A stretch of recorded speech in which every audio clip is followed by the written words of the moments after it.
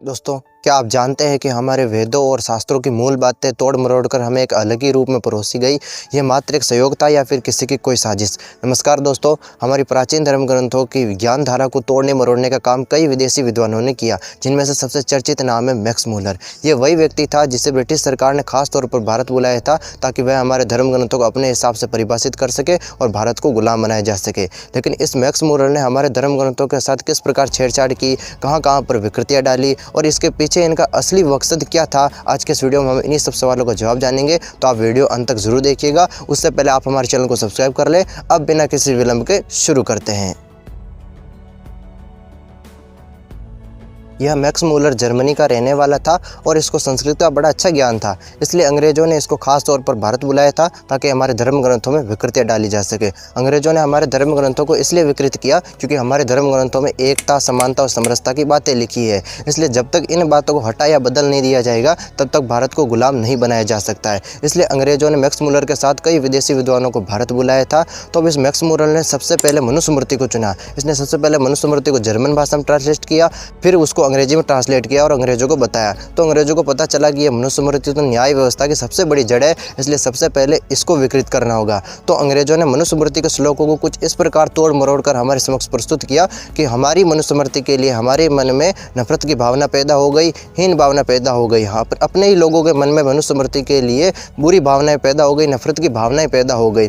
Original Manusmriti में जो वर्ण व्यवस्था है वो गुण तथा कर्म पर आधारित थी, लेकिन ब्रिटिश सरकार ने इसे जन्म आधारित जातिवाद से जोड़ दिया। यही कारण है कि आज आधुनिक भारत में जातिवाद एक जहर बन गया है और अंग्रेजों ने मनुस्मृति को इतनी बुरी तरीके से विकृत किया कि हम इसकी कल्पना भी नहीं कर सकते हैं। जबकि प्राचीन भारत में ये इतनी कठोर व्यवस्था नहीं थी। लोग क्या करते हैं, सच्चाई को जानते नहीं और मनुस्मृति जैसे पवित्र ग्रंथ को जलाते हैं, मनुस्मृति दहन दिवस मनाते हैं। अरे ये जन्म आधारित जाति व्यवस्था महर्षि मनु की नहीं बल्कि अंग्रेजों की देन है। यहाँ तक कि भगवान श्री कृष्ण ने भी श्रीमद् भगवत गीता के 4 अध्याय के 13वें श्लोक में स्पष्ट रूप से कहा है कि चातुर्वर्ण्य मया सृष्ट गुण कर्म विभाग से तस्य कर्तारमपि विदधा कर्तारमेवम्। यानी इस श्लोक में भगवान श्री कृष्ण स्पष्ट रूप से कहते हैं कि मैंने वर्ण व्यवस्था को गुण तथा कर्म के आधार पर निर्मित किया है, इसलिए मैं इन सब का करता हूँ, लेकिन फिर भी तुम मुझे इसका अकर्ता जान। इस श्लोक में भगवान श्री कृष्ण ने कहीं पर भी ये नहीं कहा कि कोई भी व्यक्ति जन्म से ब्राह्मण होगा, क्षत्रिय होगा, वैश्य होगा या शूद्र होगा। यह श्लोक भी स्पष्ट रूप से ये बताता है कि किसी भी व्यक्ति का जन्म किसी भी वर्ण में क्यों ना हो, वह अपनी रुचि तथा अपने गुण के हिसाब से किसी भी वर्ण में आ सकता है, फिर चाहे उसका जन्म किसी भी परिवार में क्यों ना हुआ हो। तो भगवत गीता की और मनुस्मृति की बातें कहीं से भी मेल नहीं खाती है। इससे स्पष्ट पता चलता है कि कहीं ना कहीं हमारे धर्म ग्रंथों के साथ बहुत बड़ी छेड़खानी की गई है हिंदू समाज को भ्रमित करने के लिए और हमारे धर्म ग्रंथों को नुकसान पहुंचाने के लिए। यह सिर्फ अंग्रेजों के द्वारा फैलाया गया एक प्रोपेगेंडा है। इसलिए सही इतिहास को पढ़े, सही इतिहास को जाने। बाकी हमारे धर्म ग्रंथ इतने पवित्र है कि उनके ऊपर किसी भी तरह कोई प्रश्न नहीं लग सकता है। इसलिए आगे से आप सही इतिहास की खोज करके सही इतिहास पढ़ें। मैक्स मूलर की तरह ऐसे बहुत सारे और भी विदेशी विद्वान थे जिन्होंने हमारे धर्म ग्रंथों को नुकसान पहुंचाया, जिनमें से सबसे टॉप पर नाम आता है विलियम जोन्स। हमारे धर्म ग्रंथों को और इतिहास को सबसे ज़्यादा रद्दोबदल किसी ने किया है तो ये विलियम जोन्स था। अंग्रेजों ने हमारे धार्मिक ग्रंथों को और इतिहास में रद्दोबदल करने के लिए, उन्हें हेर फेर करने के लिए एक कमेटी बनाई थी जिसका नाम विलियम हंटर आयोग रखा गया था। हिंदू समाज को भ्रमित करने के लिए और धार्मिक ग्रंथों को नुकसान पहुँचाने के लिए अंग्रेजों ने पूरी रणनीति से कार्य किया था। अब अंग्रेजों ने हमारे वेदों में और क्या क्या बदलाव किया और कहाँ पर छेड़खानी की, आइए समझते हैं। सबसे पहले अंग्रेजों ने वेदों में बदलाव किया था और उनकी गलत व्याख्या की थी।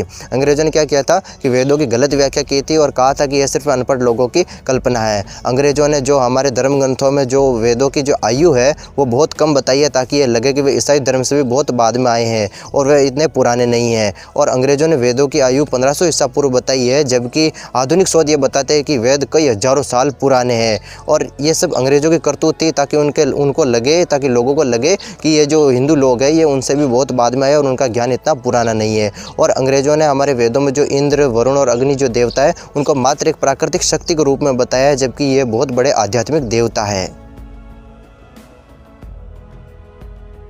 अब हम आपको सबसे बड़ी विकृति के बारे में बताते हैं जो अंग्रेज़ों ने हमारे इतिहास के साथ की है, जिसे स्कूलों में आज भी पढ़ाया जाता है। वो है कि आर्य बाहर से भारत में रहने के लिए आए थे, यानी आर्य बाहर से भारत में आए थे। लेकिन ये बात सरासर गलत है। इसको सिद्ध करने के लिए हम आपको वैज्ञानिक, पुरातात्विक, भाषाई और साहित्यिक प्रमाण देंगे। तो आइए एक एक सबूत पर विस्तार से चर्चा करते हैं और प्रकाश डालते हैं।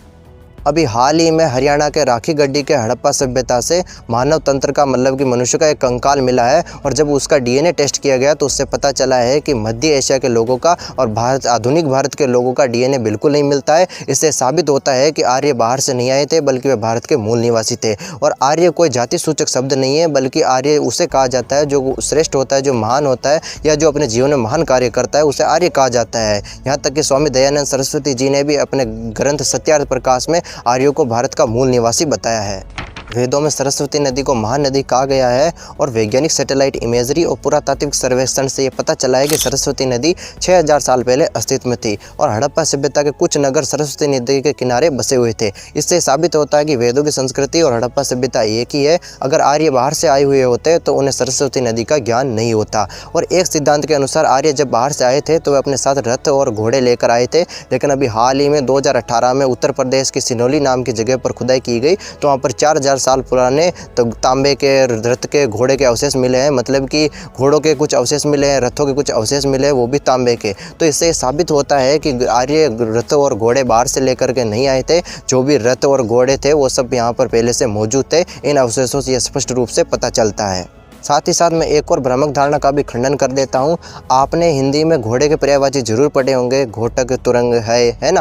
लेकिन इसी क्रम में एक नाम आता है सैंधव। इस सिद्धांत के अनुसार आर्य जब भारत आए थे तो वे सिंधु नदी के उस पार से अपने साथ घोड़े लेकर आए थे, इसलिए उन्हें सैंधव कहा जाता है। लेकिन गुजरात के सुरकोटदा नाम की जगह पर खुदाई की गई तो वहाँ पर प्राचीन घोड़ों के चित्र और उनकी असली हड्डियाँ मिली है, जिससे ये साबित होता है कि ये घोड़े पहले से भारत में मौजूद थे, इनको कहीं बाहर से नहीं लाया गया था। प्राचीन ग्रंथों में, वेदों में इस सैंधव शब्द का उपयोग एक तेज और बलशाली घोड़े के रूप में किया गया है, जिसका संबंध आज के सिंध क्षेत्र से था, जो कि आज का राजस्थान, पंजाब, पाकिस्तान का सिंध क्षेत्र और गुजरात का जो हिस्सा है ये उस समय सिंध क्षेत्र कहलाता है। और ये उस समय बहुत ही बलशाली घोड़े हुआ करते थे और ये बहुत ही तेज हुआ करते थे और ये घोड़ा भारत में विकसित हुआ था और भारत में ही पला बढ़ा था। इसलिए ये कहना है कि आर्य घोड़ों को उस पार, सिंधु नदी के उस पार से लेकर आए थे इसलिए इन्हें सैंधव कहा जाता है, तो ये धारणा गलत होगी। संस्कृत सबसे प्राचीन भाषा है, ये तो आप जानते होंगे। यदि आर्य बाहर से भारत में आए हुए होते तो संस्कृत भाषा में बाहरी प्रभाव स्पष्ट रूप से दिखता, लेकिन ऐसा कोई भी संस्कृत भाषा में ऐसा कोई उल्लेख नहीं है। संस्कृत भाषा से ही तेलुगु, कन्नड़ और तमिल जैसी भाषाएं विकसित हुई। इससे पता चलता है कि भारत की भाषाएं भारत में विकसित हुई थी और आर्य कई बाहर से भारत में नहीं आए थे। यदि आर्य बाहर से भारत में आए हुए होते तो वेदों में उनका जिक्र जरूर आता, क्योंकि ऋग्वेद में ऐसा कोई जिक्र नहीं है, जबकि ऋग्वेद चारों वेदों में सबसे पुराना वेद है। तो वेदों में ऐसा कोई उल्लेख, ऐसा कोई प्रमाण नहीं है कि वेद ये जो आर्य थे ये कहीं बाहर से आए थे। तो इन बातों से स्पष्ट रूप से पता चलता है कि आर्य भारत के मूल निवासी थे, वो कहीं बाहर से नहीं आए थे। यहाँ तक कि भगवान श्री कृष्ण ने भी कई बार गीता में अर्जुन को आर्यपुत्र कहकर संबोधित किया था।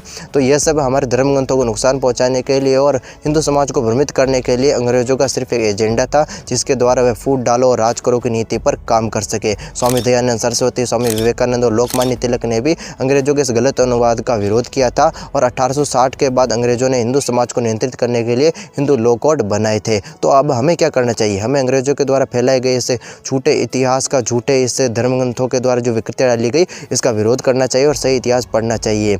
और आर्य बाहर से आए थे इस विवाद को खत्म करना चाहिए, क्योंकि ये सिर्फ औपनिवेशिक षड्यंत्र था। और सही इतिहास को पढ़ना चाहिए, भारतीय वैदिक संस्कृति और वेदों का अध्ययन करना चाहिए और सही ज्ञान को बढ़ावा देना चाहिए।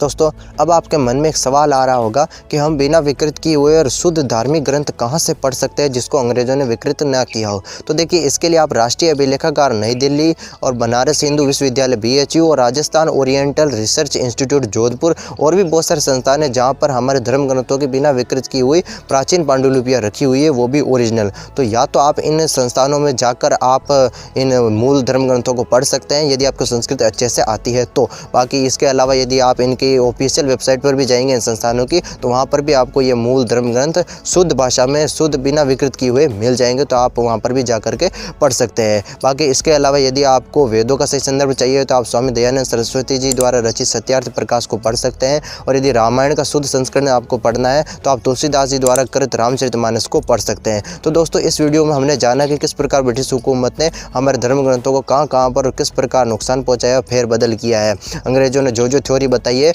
उसको हमने हर प्रकार के प्रमाण से बेनकाब साबित करने की कोशिश की है। अगर आपको इसी प्रकार की ऐतिहासिक और पौराणिक बातों में रुचि है तो आप हमारे चैनल को सब्सक्राइब कर लीजिए। इस चैनल पर आपको इसी प्रकार की धार्मिक और इतिहास से जुड़ी रोचक बातें जानने को मिलती रहेगी। इसके अलावा यदि आपको ये वीडियो पसंद आई है तो इसको लाइक शेयर करना मत भूलिएगा। दोस्तों, अंग्रेजों ने जिस प्रकार हमारे धर्म ग्रंथों को नुकसान पहुंचाया है, उनमें विकृतियाँ डाली है, ठीक उसी प्रकार हमारे भारत में ऐसे बहुत सारे आविष्कार हुए हैं जिनको अंग्रेजों ने नहीं चलने दिया है, उनको विकसित नहीं होने दिया है। और मैं आपको बता देता हूँ कि अगर ये जो आविष्कार है, ये अगर आविष्कार भारत में हो जाता तो भारत टेक्नोलॉजी के मामले में बहुत आगे चला जाता। तो यदि आपको जानना है कि ऐसा कौन सा आविष्कार है जिसको अंग्रेजों ने नहीं चलने दिया और उसके बारे में आपको जानकारी चाहिए, तो आप उसके लिए हमारा ये वाला वीडियो जा करके देख सकते हैं। इसको भी लाइक शेयर कीजिएगा और आगे से आगे पहुँचाने की कोशिश कीजिएगा। इस वीडियो में हमने पूरी डिटेल से बताया है कि ये आविष्कार किसने किया था और इसको अंग्रेजों ने क्यों नहीं चलने दिया। तो चलिए मिलते हैं ऐसे किसी नए सच के साथ। तब तक के लिए राधे राधे, जय श्री कृष्ण।